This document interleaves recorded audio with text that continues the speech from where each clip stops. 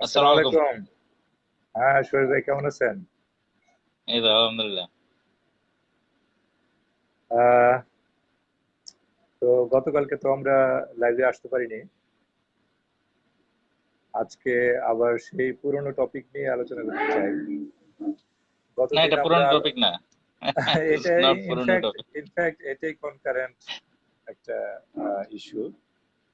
এবং গতদিন আমরা জাস্ট এটা প্রেক্ষাপটটা আলোচনা করেছিলাম। নেপাল এবং সরি ভারত এবং চীনের যে সীমান্তের উত্তেজনা এখন ইনফ্যাক্ট সীমান্ত উত্তেজনার পুরো মানে সর্বত্রই ছড়িয়ে পড়েছে। তো গতদিন আমরা বিশেষত আলোচনা করেছিলাম চীন এবং ভারতের সীমান্তের যে বর্তমানে চলমান উত্তেজনা নিয়ে। তো আপনি খুব সুন্দরভাবে প্রেক্ষাপট বর্ণনা করেছিলেন গতদিন। তো আজকে আমরা ফার্দার প্রসিড করব ওই আলোচনার ঠিক গত আলোচনা যেখানে শেষ হয়েছে সেখান থেকে আজকে আমরা বোঝার চেষ্টা করব আহ, এই অঞ্চলের যে ভূরাজনৈতিক নয়া বাস্তবতা এবং সেখানে বেসিকলি ভারতবর্ষ ব্রিটিশদের কাছ থেকে স্বাধীন হওয়ার পরে যখন ভারত পাকিস্তান এবং বাংলাদেশ হয়েছে তার মধ্যে অন্যতম গুরুত্বপূর্ণ ঘটনা এখন ঘটতে যাচ্ছে বা ঘটছে ঘটে চলেছে। তো এই জিনিসটা আমরা আসলে বোঝার চেষ্টা করব আরো ফর আ ডিপ আন্ডারস্ট্যান্ডিং। ওকে, শহীদ ভাই যদি আপনি গত দিনের পর থেকে শুরু করেন আর কি। জি। আসলে আমরা গতদিন কি চেষ্টা করেছিলাম? আমরা গতদিন চেষ্টা করেছিলাম একটা ওভারঅল রেশনাল মেক করতে, যাতে এখানে যে ঘটনাগুলো ঘটবে এটা কোন প্ল্যাটফর্মের উপর ঘটছে, এই প্ল্যাটফর্মটা ঠিক করা। হ্যাঁ, জি। যে এই প্ল্যাটফর্মের উপর আমার এটা প্ল্যাটফর্মটা জানা থাকলে তো আমি জানবো যে কোথায় কোথায় কি কি হতে পারে। এটা একটা জি। জি। আইডিয়া থাকবে। আমরা এর আগে বলেছিলাম যে ইন্ডিয়া এবং চায়নার যে এখানে পার্মানেন্ট কিছু টেনশনের ক্ষেত্র তৈরি হয়েছে। যে চায়না কিছু ইনফ্রাস্ট্রাকচার তৈরি করেছিল গত 20 বছরে, জি। আর গত 20 বছরে সেটার কাউন্টার হিসেবে ইন্ডিয়া কিছু বর্ডার রোড তৈরি করেছে। এখানে একটা ছোট একটা এয়ারফিল্ড তারা ডেভেলপ করেছে, দৌলত বেগ ওল্ডি একটা এয়ারফিল্ড তারা তৈরি করেছে। সেই এয়ারফিল্ডটাকে আরো ডেভেলপ করেছে যাতে সেখানে বড় এয়ারক্রাফট নামতে পারে। সেটার সাথে লাদাখের যে ক্যাপিটাল লে, সেই লের মাঝখানে একটা তারা 250 কিলোমিটার একটা রাস্তা তারা গত বছর শেষ করেছে। জি। সো এখন ওই দৌলত বেগল্লি পর্যন্ত যে বর্ডার পর্যন্ত তারা অনেক সোলজার তারা নিয়ে যেতে পারে, plus at the same time Airways দিয়েও, মানে এয়ারফিল্ডটা দিয়েও তারা অনেক তারা সোলজার তারা নিয়ে আসতে পারে। এর মাঝখানে সেটাই। তারা আমেরিকা থেকে বেশ কিছু গুরুত্বপূর্ণ অস্ত্র তারা পেয়েছে। তারা C-130 যে transport aircraft, C-17 globe master transport aircraft পেয়েছে, জি। যেগুলো ইউজ করে তারা এই সৈন্য বর্ডার সমাবেশ এরিয়াতে খুব ঘটাতে অল্প পারে। সময়ের মধ্যে, হ্যাঁ, অল্প সময়ের মধ্যে তারা অনেক সোলজার এবং তারা রসদপাতি তারা নিয়ে আসতে পারবে, যেটার ক্যাপাবিলিটি আগে তারা ছিল না। Plus at the same time এই এত হাইট, যেটা আমরা বলেছিলাম যে প্রায় 5 কিলোমিটার উঁচু বা 16,000 ফিট উপরে ফাইট করতে পারার মতন ম্যাক্সিমাম ইকুইপমেন্ট কিন্তু তাদের ছিল না। তাদের এটা তারা কার্গিল ওয়ারের সময় তারা এক্সপিরিয়েন্স করেছে ইন্ডিয়ানরা, যে ইন্ডিয়ানদের যে অ্যাটাক হেলিকপ্টার গুলো ছিল Russian made MI-35 attack helicopter গুলো কিন্তু 5 কিলোমিটার উপরে কিন্তু এগুলো কিন্তু অপারেট করতে পারেনি, কারণ এগুলো রিচ করতে পারে না। ম্যাক্সিমাম উঠতেই পারে 5 কিলোমিটারের নিচে। হ্যাঁ, সেক্ষেত্রে তারা আমেরিকার কাছ থেকে তারা যখন তারা অ্যাপাচি এবং শিনুক হেলিকপ্টার গুলো যারা কিনেছে, সেগুলো কিন্তু 6,000 মিটার উপরে উপরে কিন্তু উঠতে পারে। সেই হিসেবে কিন্তু মানে এই লাদাখের যে হাইট গুলো আছে সেই হাইটের উপরেও কিন্তু এগুলো অপারেট করতে পারবে, সেগুলো একটা নতুন ক্যাপাবিলিটি তাদেরকে দিয়েছে। Plus at the same time United states তাদেরকে আহ, কিছু হাউইটজার দিয়েছে, কিছু গান দিয়েছে, আর্টিলারি কামান তাদেরকে দিয়েছে। M777 হাইড্রোজেন কামান তাদেরকে দিয়েছে, যেগুলো হেলিকপ্টারের মধ্যে বহন করে নিয়ে যাওয়া যায়, যেহেতু এগুলো অনেক লাইট, ভেরি লাইট। মানে নর্মাল হাইড্রোজার গুলো হেলিকপ্টারের নিচে বহন করা খুব ডিফিকাল্ট, বাট এটা অনেক হাই, অনেক কম ওজনের হওয়ার কারণে একেবারে পাহাড়ের চূড়ায় পর্যন্ত গিয়ে এই আর্টিলারি গুলো দিয়ে আসা যায়। তো সেই এই অস্ত্রগুলো স্পেসিফিক অস্ত্র, বেশ কিছু অস্ত্র আমেরিকা সরবরাহ করেছে ইন্ডিয়াকে। এটা অ্যারাউন্ড লাস্ট 10 ইয়ার্স এর মধ্যে হয়েছে। সো ওভারঅল এই জিনিসগুলো ইন্ডিয়ার যে ক্যাপাবিলিটি তৈরি করেছে, ইন্ডিয়া কিন্তু এর আগে একটা সময় এতটা কনফিডেন্স ছিল না এখানে ফাইট করার জন্য। তো এই অস্ত্রগুলো তাদেরকে কনফিডেন্স দেওয়া শুরু করেছে ইন্ডিয়া মনে করা শুরু করেছে যে আমরা চায়নার সাথে হয়তো ফাইট করতে পারি, এবং সেখানে ফাইট করলে হয়তো আমরা জিততেও পারি। এখন জিততে পারবে কি না পারবে, যেটা হচ্ছে সবচেয়ে বড় জিনিসটা হচ্ছে যখন একজনের কনফিডেন্স বেড়ে যায়, তখন সে ওই কনফিডেন্সের উপরে ভর করে সে কোন একটা অ্যাকশনে যেতে কিন্তু সে এনকারেজ ফিল করে। জি প্লাস আর চায়নার ক্ষেত্রে যেটা হয়েছে, চায়নাতে এমনিতেও রিসেন্ট টাইমে অনেক ওভার্ট ফরেন পলিসিতে গিয়েছে। বাট তারা এর আগে আমরা বলেছিলাম সিপেক, চায়না পাকিস্তান ইকোনমিক করিডোর, সেই চায়না পাকিস্তান ইকোনমিক করিডোরের যে সিকিউরিটিটা, সেই সিকিউরিটিটা তাদের জন্য থ্রেটেন্ড হয়ে গিয়েছিল যখন বিজেপি গভর্নমেন্টের লোকজন, যে আরএসএস এর লোকজন, উগ্র হিন্দুত্ববাদী লোকজন, তারা যখন বলা শুরু করেছে যে তারা আজাদ কাশ্মীর দখল করে ফেলবে, হ্যাঁ, জি সেরকম থ্রেটের মধ্যে কিন্তু চায়না কিন্তু চিন্তা করা শুরু করলো যে আজাদ কাশ্মীর যদি দখল করে ফেলে তাহলে তো আমাদের চায়না পাকিস্তান ইকোনমিক করিডোর কিন্তু থ্রেটেন হয়ে যাবে। হ্যাঁ, জি তো এই ধরনের চিন্তার কারণে চায়না কিন্তু তাদের উইঘুর এবং আহ, আহ, যে তিব্বত প্রভিন্স, যেটা আর কি ইন্ডিয়ার সাথে বর্ডার আছে, সেই এলাকাগুলোতে তাদের ইনফ্রাস্ট্রাকচার কন্টিনিউয়াসলি তারা বিল্ড করেছে এবং এখনো বিল্ড করছে। আর যেহেতু উত্তেজনা তৈরি হয়েছে, তার মানে হচ্ছে যেটা চলতে থাকবে, তারা আরো নতুন নতুন ইনফ্রাস্ট্রাকচার তৈরি করবে। তারা ওখানে কয়েকটা এয়ারবেস আছে, এয়ারবেস গুলো হয়তোবা আরো বড় এবং মোর ক্যাপেবল হয়তোবা তারা করবে। এবং আমরা হয়তো দেখতে পাবো যে আরো নতুন নতুন এয়ারবেসও যদি তারা তৈরি করে, আমরা এটা অসম্ভব কিছু না, সেটা হওয়ার সম্ভাবনা যথেষ্ট বেশি। আর জি ইনফ্রাস্ট্রাকচার তৈরি করাটা চায়নার একটা মানে হাড্ডি মজ্জার মধ্যেই রয়ে গেছে। আমরা জি দেখেছি খুব জি অল্প সময়ের মধ্যে চায়না বিশাল বিশাল ইনফ্রাস্ট্রাকচার তৈরি করতে পারে। এটা তাদের একটা স্বভাব স্বভাবসুলভ একটা এটা একটা কাজ হয়ে গিয়েছে। প্রাচীন চীনের প্রাচীর দেখলেই বোঝা যায় যে ওদের হ্যাঁ, এটা রাইট, চীনের অনেক প্রাচীর আগে দেখলে থেকে বোঝা ওদের যায় চায়না ইসের আসলে ভেতরে আছে। সেটাই, তারা আসলে এটা পারে। স্পেশালি যদি তারা থ্রেটেন ফিল করে, তাহলে তারা এটা খুব দ্রুত কাজ করতে পারে। এটাতে কিন্তু জি তাদের মধ্যে একটা রয়েছে এই ব্যাপারটা। তো সেই হিসেবে আমরা যদি দেখি যে ইন্ডিয়ার সাথে চায়নার যদি টেনশনটা বাড়তে থাকে, তাহলে আমরা হয়তো দেখবো যে ওই উইঘুর আর তিব্বতে তারা আরো বেশি বেশি ইনফ্রাস্ট্রাকচার হয়তো খুব দ্রুত সময়ের মধ্যে তারা তৈরি করে ফেলতে পারে। বাট যেটা জিনিস আমরা লাস্ট টাইমে বলেছিলাম যে এটা মোটে শুরু, যেহেতু একটা পার্মানেন্ট প্ল্যাটফর্ম, যে একটা টেনশনের একটা পার্মানেন্ট প্ল্যাটফর্ম ইন্ডিয়া এবং চায়নার মাঝখানে হয়ে গিয়েছে, তো সেই টেনশনের প্ল্যাটফর্মটার উপরে কিন্তু আমরা আরো অনেক টেনশন আমরা সামনের দিনে দেখবো। এটাই কিন্তু আমরা আমরা লাস্ট টাইম আমরা বলেছিলাম। জি আর যেটা বলেছিলাম যে এই কারেন্ট যে কনফ্লিক্টটা, কারেন্ট কনফ্লিক্ট ডেভেলপিং কনফ্লিক্ট, এখানে আরো কিছু জিনিস বাকি আছে, এটা আমরা বলেছিলাম। তো এরপর থেকে যেটা হয়েছে, আমরা লাস্ট টাইম কথা বলার পরে যেটা হয়েছে, এই নেগোসিয়েশন, ইন্ডিয়া এবং চায়নার নেগোসিয়েশন কিন্তু কন্টিনিউ করেছে। তো জি নেগোসিয়েশন একটা ইন্টারেস্টিং ঘটনা ঘটেছে, সেটা হচ্ছে যে একটা নিউজে এসছে যে চাইনিজদের হাতে নাকি ইন্ডিয়ান সোলজাররা বন্দী, বেশ কয়েকজন জি সোলজার নাকি তাদের বন্দী। তো সেটা আবার ইন্ডিয়ার থেকে আবার বলা হলো যে না, এখানে আমাদের কোনো বন্দী নাই, আমাদের এখানে কেউ মিসিং না, নোবডি ইজ মিসিং। হ্যাঁ, জি তো পরবর্তীতে আবার আহ, আহ, পত্রিকাতে খবর আসলো চাইনিজরা ফেরত দিয়েছে। হ্যাঁ, তাই চাইনিজরা ইন্ডিয়ান সোলজার যাদেরকে আটকা ছিল তাদেরকে ফেরত দিয়েছে। তো এটা একটা অদ্ভুত একটা ব্যাপার যে ইন্ডিয়া বলছে যে আমাদের মিসলিডিং। সোলজারই নাই সেখানে, আর চাইনিজরা বলছে, আর সরি, ইন্ডিয়ান মিডিয়া বলছে চাইনিজরা ফেরত দিয়েছে, আর চায়না এরপরে বলছে যে ওই ফেরত দেওয়ার তো প্রশ্নই ওঠে না, আমরা তো কোনো সোলজার তো, আমরা কোনো সোলজার আমাদের এখানে রাখি নাই, তাহলে আমরা কিভাবে ফেরত দিব? এই যে জি জিনিসগুলা, এই অদ্ভুত অদ্ভুত কাণ্ডগুলা, এই কাণ্ডগুলো হওয়ার কারণ হচ্ছে বেসিক্যালি দুটা কান্ট্রি এখন নেগোসিয়েশনে আছে, নেগোসিয়েশনের মাঝখানে তারা অনেক ক্ষেত্রে এই ইনফরমেশন গুলো দিতে চায় না। হ্যাঁ, এবং যখন এই কথাগুলো আসছে যে ইন্ডিয়ানরা তাদের সোলজার ওখানে আটকা আছে এবং চাইনিজরা ওটা বলছে যে আমাদের এখানে আটকা নাই। হ্যাঁ, এখানে নেগোসিয়েশনের মাঝে একটা ইন্টারেস্টিং জিনিস হচ্ছে যে সোলজার গুলোকে ফেরত দেওয়া হয়েছে। হ্যাঁ, শেষ পর্যন্ত যে নিউজটা এসছে যে 10 জন সোলজার, তাদের মধ্যে অফিসার প্রবাবলি 2 জন ছিল, তাদেরকে ফেরত দেওয়া হয়েছে। তো ফেরত দেওয়া এবং হয়েছে তারা অক্ষত মানে আছে। হচ্ছে, হ্যাঁ, যেটা হচ্ছে ফেরত দেওয়া হয়েছে মানে হচ্ছে some sort of negotiation has been made, যে একটা জি একটা লেভেলে তারা এগ্রিমেন্টে পৌঁছেছে, হয়তোবা তারা নেগোসিয়েশনটাকে নেক্সট লেভেলে তারা নিবে। হ্যাঁ, তো অলরেডি 3 দফা নেগোসিয়েশনের পরে এই ঘটনাটা ঘটেছে, তারা 10 জন সোলজারকে ফেরত দিয়েছে। তো এখানে ইন্টারেস্টিং ব্যাপারটা হচ্ছে যে এখানে ছাড় দেয়া, ছাড় না দিলে ইনফ্যাক্ট নেগোসিয়েশনের জন্য যে একটা দেশ সিরিয়াস, সেটা কিন্তু বোঝা যায় না। যে সাধারণত ডিমান্ড করে তুমি আসলে কতটুকু সিরিয়াস আমাকে প্রমাণ করো। হ্যাঁ, তো সে প্রমাণ হিসেবে হয়তো সে একটা একটা অ্যাকশন সে দেখায়, এবং এই জি কারণেই তারা আসলে সাধারণত যে কোনো কনফ্লিক্ট বা যুদ্ধের ক্ষেত্রে এই প্রিজনার অফ ওয়ারদেরকে ইউজ করে, প্রিজনার রেখে দেয় এবং তার পরবর্তীতে তাদেরকে আস্তে আস্তে এটা নেগোসিয়েশন টেবিলে যখন আগানো হয়, তখন সেই হিসেবে তারা এই প্রিজনারদেরকে ছেড়ে দেয় এবং সেটাকে বার্গেনিং টুল হিসেবে ইউজ করে। হ্যাঁ, আমরা আসলে সেটাই দেখতে পাচ্ছি।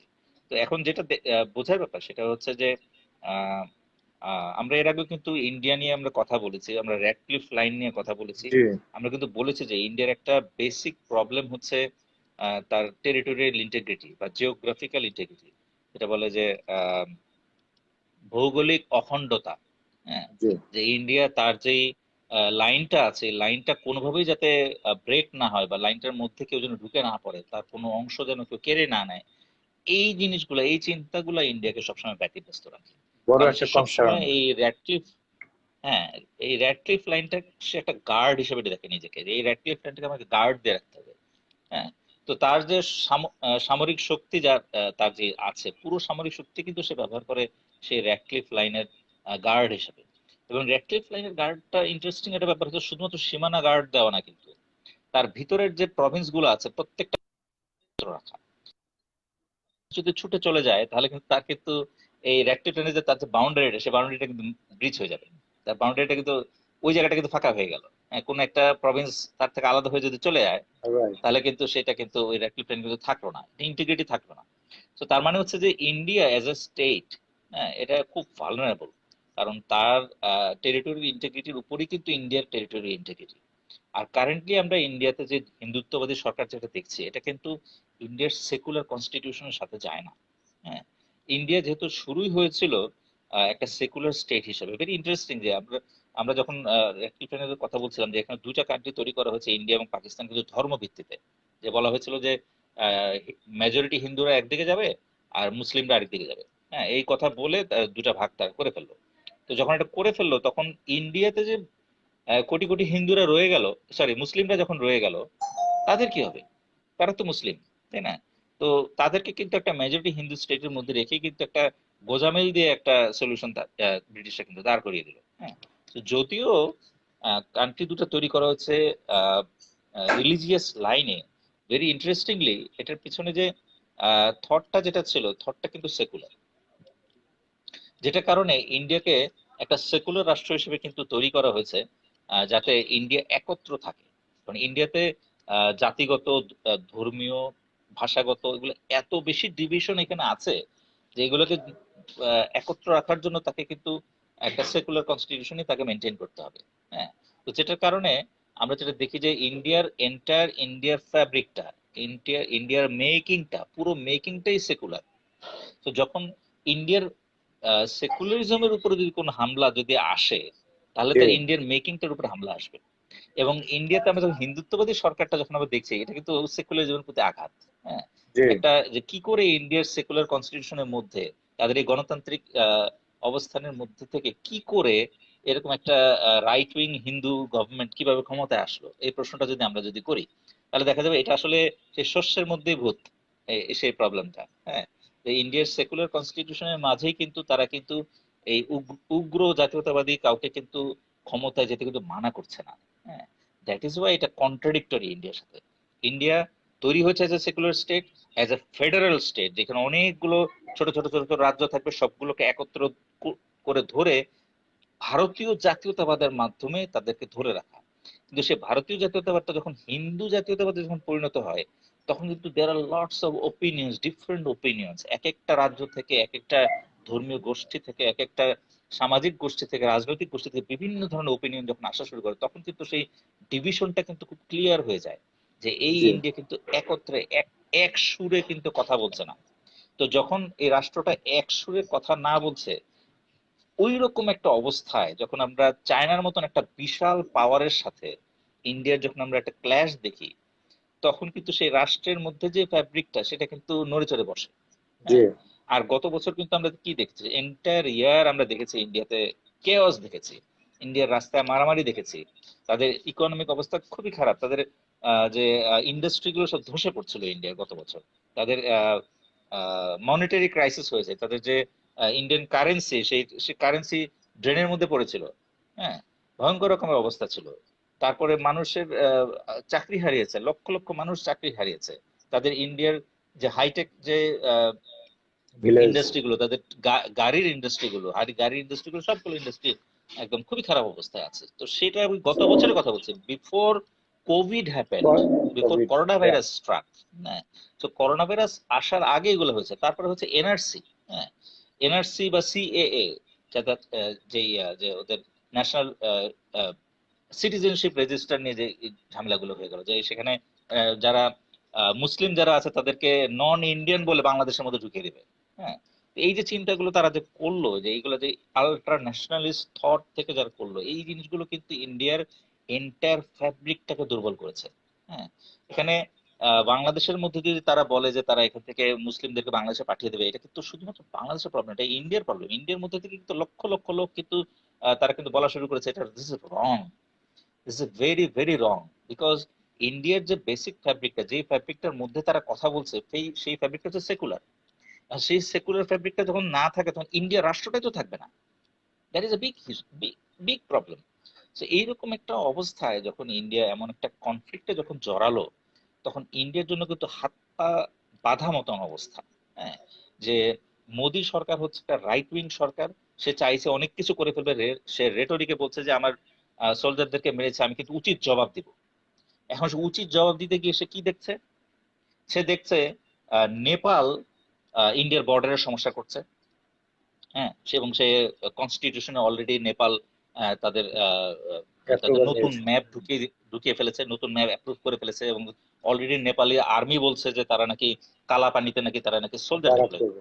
হ্যাঁ, এখন এইরকম একটা অবস্থায় ইন্ডিয়া অলরেডি যেখানে চায়নার সাথে কনফ্লিক্টে জড়িয়ে আছে, সেই অবস্থায় নেপাল বলছে তারা আর্মি আর্মি ডিপ্লয় করবে।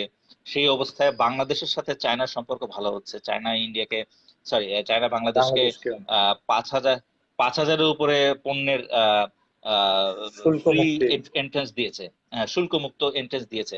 কারণ এটাতে হয়তো বাংলাদেশের কতটুকু সুবিধা হবে সেটা বলা মুশকিল, বাট এটা যে ডিপ্লোম্যাটিক যে ওয়েটটা, সেই ডিপ্লোম্যাটিক ওয়েটটা কিন্তু মারাত্মক। যে রাইট। ইন্ডিয়া এমন একটা সময় ফেস করছে, যে সময়টায় চায়না, পাকিস্তান, নেপাল এবং বাংলাদেশ, এই চারটা নেইবার, চারটা নেইবার যাদের সাথে তার ল্যান্ড বর্ডার আছে। ল্যান্ড বর্ডার মানে হচ্ছে ইন্ডিয়ার টেরিটোরিয়াল ইন্টিগ্রিটি। ল্যান্ড বর্ডার মানে হচ্ছে তার ভৌগোলিক অখণ্ডতার প্রশ্ন। সেই ভৌগোলিক অখণ্ডতা তখনই থাকে যখন এই চারটা কান্ট্রির সাথে তার যে ল্যান্ড বর্ডারটা স্থিতাবস্থায় থাকে। কিন্তু এই প্রথম চারটা কান্ট্রি একসাথে, ইন্ডিয়া নট শিওর যে চারটা কান্ট্রি তার সাথে আছে কি না। So এইরকম একটা অবস্থায় ইন্ডিয়া এর আগে কখনো ফেস করেনি। এর আগে জি। যতগুলো যুদ্ধ হয়েছে সবসময় কিন্তু ইন্ডিয়া শিওর ছিল যে একজন আমার পক্ষে আছে, আরেকজন বিপক্ষে আছে, আরেকজন নিরপেক্ষ আছে, এরকম সে 100% শিওর ছিল। এই একটা সময় কিন্তু সে মানে কখনোই একদমই সে শিওর হতে পারছে না। চারটা কান্ট্রির সাথে তার ল্যান্ড বর্ডার আছে। এখানে শ্রীলঙ্কার কথা বলছি না, শ্রীলঙ্কার সাথে কিন্তু সি বর্ডার, সামুদ্রিক বর্ডার কিন্তু। হুম। ল্যান্ড বর্ডার এই চারটা কান্ট্রি, শুধুমাত্র ভুটান বাদে, ভুটান আর শুধাইছে মিয়ানমার, ভুটান এবং মিয়ানমার বাদে চারটা কান্ট্রি, তাদের ব্যাপারে ইন্ডিয়া এখন শিওর না। তো এইরকম একটা অবস্থায় ইন্ডিয়া কখনো ফেস করেনি। হ্যাঁ, এটা জি। তাদের 70 বছরের ইতিহাসে সবচেয়ে মারাত্মক ইভেন্ট, যে ইন্ডিয়া জন্মের পর থেকে সবচেয়ে মারাত্মক ইভেন্ট, যে ইন্ডিয়া তার ইকোনমিক ক্রাইসিসের মধ্যে দিয়ে যাচ্ছে। লক্ষ লক্ষ মানুষ বেকার, করোনা ভাইরাসের হাজার হাজার মানুষ মারা যাচ্ছে তাদের দেশে, লক্ষ লক্ষ মানুষ আক্রান্ত হচ্ছে, এবং কত কবে এটা শেষ হবে এটা কেউ বলতে পারছে না। এইরকম একটা অবস্থায় হিন্দুত্ববাদী একটা ন্যাশনালিস্ট সরকার ক্ষমতায়, এবং তাদের সাথে সব ধরনের সোশ্যাল এবং রাজনৈতিক এবং ধর্মীয় গোষ্ঠীর সবার সাথে ক্ল্যাশ হচ্ছে। হ্যাঁ, এইরকম একটা অবস্থায় তারা চায়নার সাথে তারা সমস্যায় জড়িয়েছে, এবং চারটা কান্ট্রির একটা কান্ট্রিও ইন্ডিয়াকে সাপোর্ট যে দিবে এটা কেউ আসলে গ্যারান্টি দিচ্ছে না। এইটা কিন্তু ইন্ডিয়ার জন্য একটা মারাত্মক একটা প্রবলেম ক্রিয়েট করেছে। এটাই হচ্ছে জি। গিয়ে কারেন্টলি সবচেয়ে বড় বাস্তবতা ইন্ডিয়ার জন্য। জি। এখন ইন্ডিয়া এই পরিস্থিতিকে মোকাবেলার জন্য, যেহেতু তার প্রতিবেশীর দেশগুলোকে পাচ্ছে না, সে সেক্ষেত্রে আমরা দেখলাম যে মার্কিন যুক্তরাষ্ট্রের সঙ্গে তার যে ক্রমবর্ধমান সম্পর্ক, সেটার উন্নয়নের দিকে আরো বেশি গভীর করার জন্য পরামর্শ পাচ্ছে তাদের বুদ্ধিজীবীদের কাছ থেকে। তো এই বিষয়ে আসলে মানে আরেকটু যদি আপনি আলোচনা করেন, পার্টিকুলারলি একটা পার্সপেক্টিভ থাকবে যে বাইরে মানে যুক্তরাষ্ট্রেরও তো এখানে স্বার্থ আছে, এবং ইন্ডিয়ার স্বার্থ যুক্তরাষ্ট্রের স্বার্থ কিভাবে এক হয়ে আরো জোরালো হতে পারে তাদের সম্পর্কটা। এবং সেক্ষেত্রে অন্য যারা এই প্রতিবেশী আছে তাদের ভূমিকাটা কি হবে?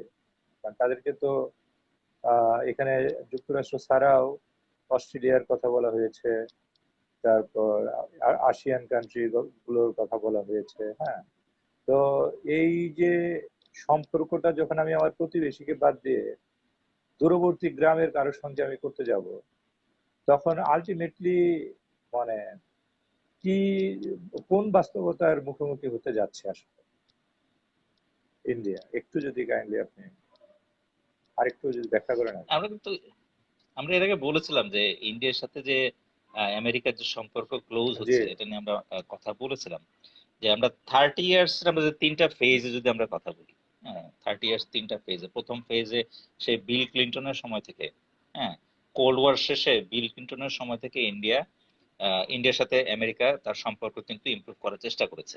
হ্যাঁ, কোল্ড ওয়ারের সময় কিন্তু ইন্ডিয়ার সাথে আমেরিকার সম্পর্ক একদমই ভালো ছিল না, খুবই খারাপ ছিল ইনফ্যাক্ট। হ্যাঁ, বিশেষ করে ইন্দিরা গান্ধীর সময় তো মানে একদমই খুবই খারাপ তাদের সম্পর্ক ছিল। হ্যাঁ, তো এই 90 সালের পর থেকে, এই ক্লিনটনের সময় থেকে আহ, তারা আমেরিকানরা ইন্ডিয়ার সাথে এনগেজমেন্ট শুরু করেছে, তারা ধীরে জি, ধীরে তাদের সাথে সম্পর্ক ভালো করা শুরু করেছে, তারা কনফিডেন্স বিল্ডিং করা শুরু করেছে ধীরে ধীরে। এবং এইটা প্রথম 10 বছর লেগে গেছে। হ্যাঁ, এবং এই 10 বছর লাগার পরে নেক্সট 10 ইয়ার্সটা ছিল মোস্ট ইম্পর্টেন্ট তাদের জন্য।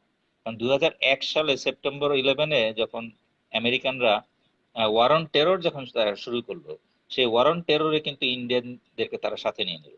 হ্যাঁ, কারণ এখানে আমেরিকা চাইলো পাকিস্তানে যেই টেররিস্টের কথা বলে পাকিস্তানকে ইনফ্যাক্ট তারা অলমোস্ট ডিস্ট্রয় করার অবস্থায় নিয়ে গেল, এবং সেখানে পারভেজ মুশারফ সরকারের ক্ষমতায় ছিল। সেই পারভেজ মুশারফকে আহ, আহ, সাথে নিয়ে তারা পাকিস্তানকে ডিস্ট্রয় করার একটা তারা প্ল্যান তারা নিয়ে আসলো। এবং যখন ইন্ডিয়া দেখলো যে পাকিস্তান ডিস্ট্রাকশনের দিকে যাচ্ছে, তাহলে আমি কেন বাইরে থাকবো?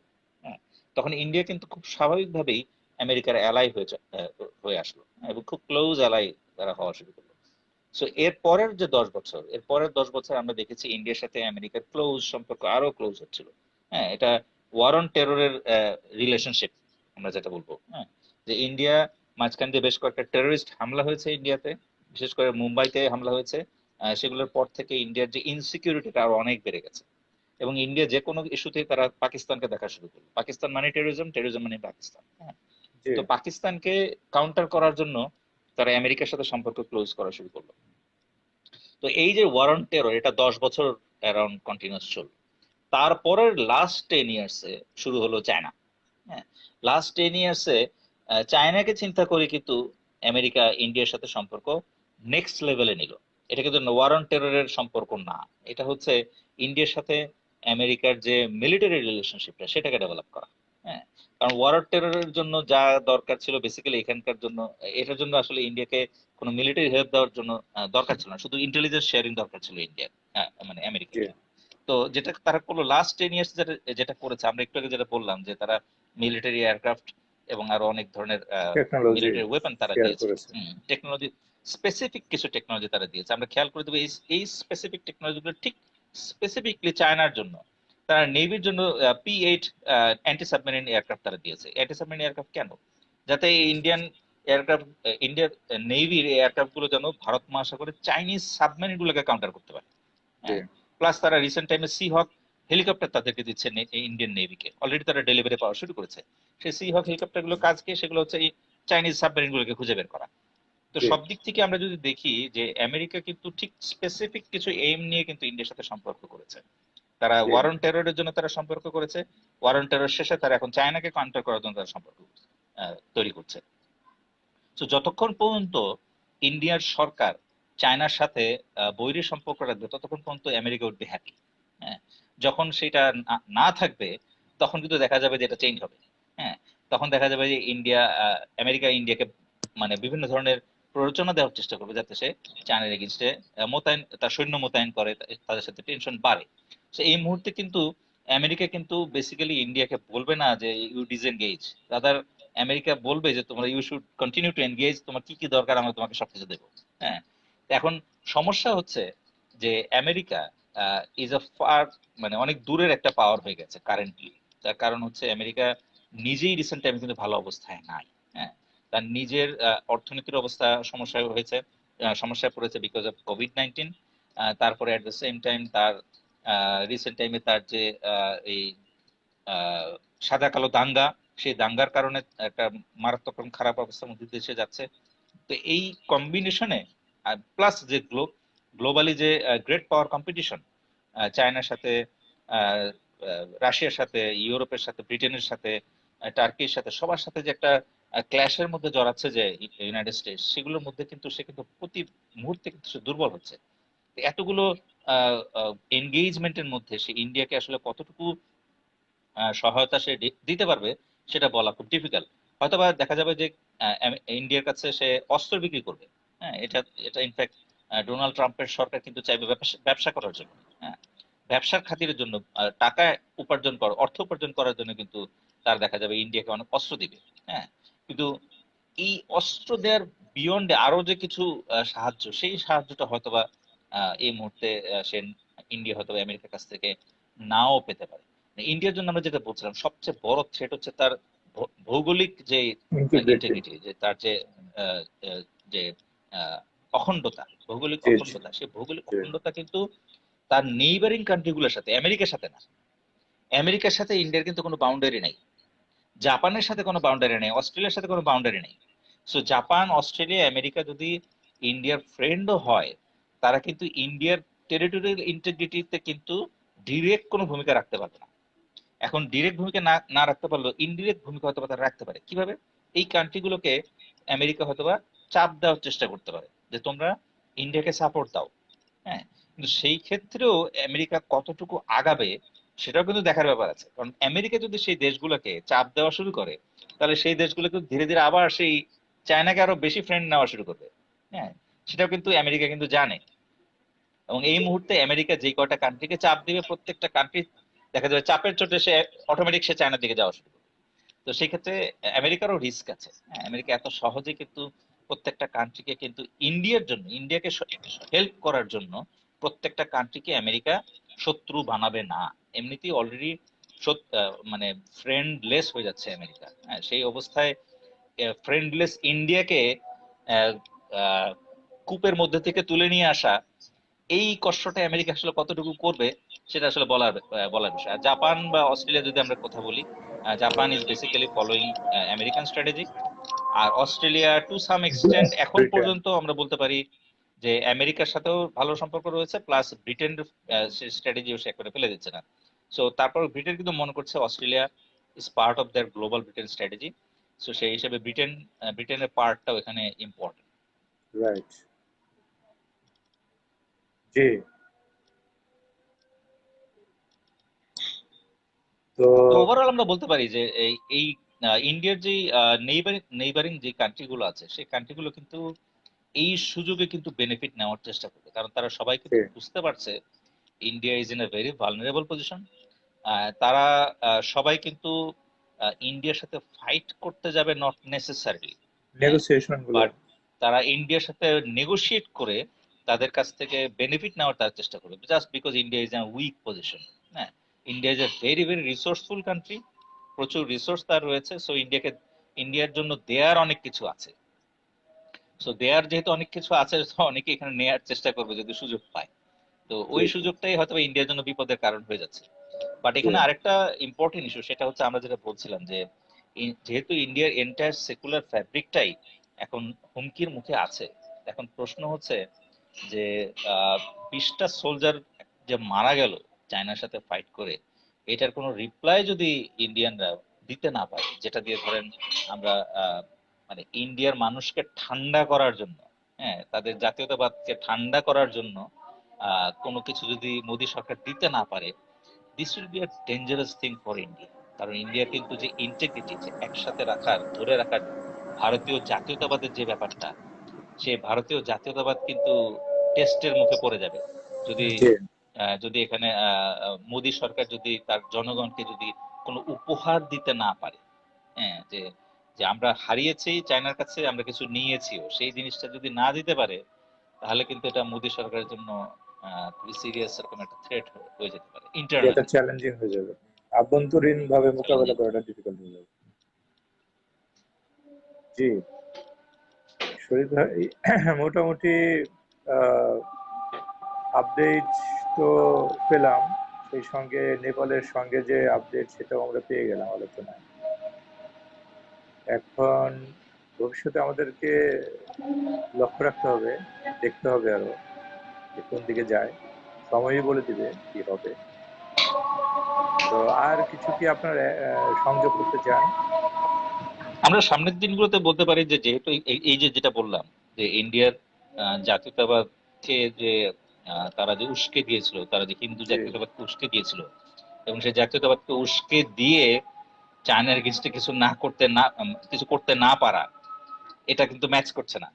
হ্যাঁ, না, সো এই মিসম্যাচটাকে তারা হয়তোবা কিছুটা ম্যাচ করানোর চেষ্টা করবে। জি, হ্যাঁ, সেটা এখন যেভাবেই হোক সবচাইতে মিনিমাম কস্টে তারা চেষ্টা করবে, বিকজ এখানে ইকোনমিক ড্যামেজ কিন্তু একটা বড় ব্যাপার। এই জি, জিনিসটা কিন্তু তারা কিন্তু এখন নিতেই পারবে না, কারণ ইন্ডিয়ার ইকোনমি এমনিতেই গত বছর খুবই খারাপ অবস্থায় ছিল এবং কোভিড-19 পরে এটা আরো ডিটেরিয়েট করেছে।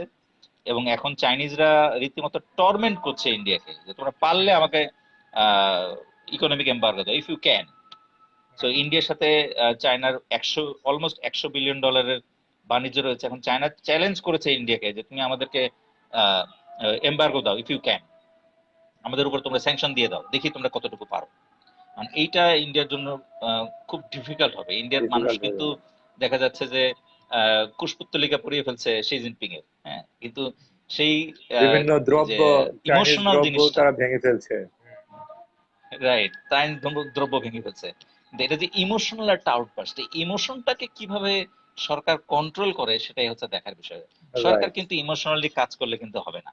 ইনফ্যাক্ট না, অলরেডি কিন্তু সরকার বুঝতে পারছে যে ইমোশনালি কাজ করে বেশি দূর যাওয়া যাবে না। এখানে যেটা বললাম, 4টা কান্ট্রি, 4টা নেইবারের একটা ব্যাপারে কিন্তু ইন্ডিয়া এখন শিওর না। এরকম একটা নিশ্চিত না। দুর্বল পজিশনে থেকে, হ্যাঁ, এরকম একটা দুর্বল পজিশনে থেকে তার ইন্টারনাল এত ভালনারেবল একটা ভঙ্গুর একটা পরিস্থিতিকে সে ব্যবহার করবে কিভাবে, এটা কিভাবে জোড়া লাগবে, এটা is very challenging thing. India has never face this kind of challenge in last 70 years. 70 বছরে ইন্ডিয়া সবচেয়ে বড় চ্যালেঞ্জ এটা। জি। তো আমরা দেখি কিভাবে আসলে আহ ইন্ডিয়া তার এই দুর্যোগ মোকাবেলা করে। তো পরবর্তীতে আমরা আবার নতুন কোনো আলোচনা নিয়ে আসবো।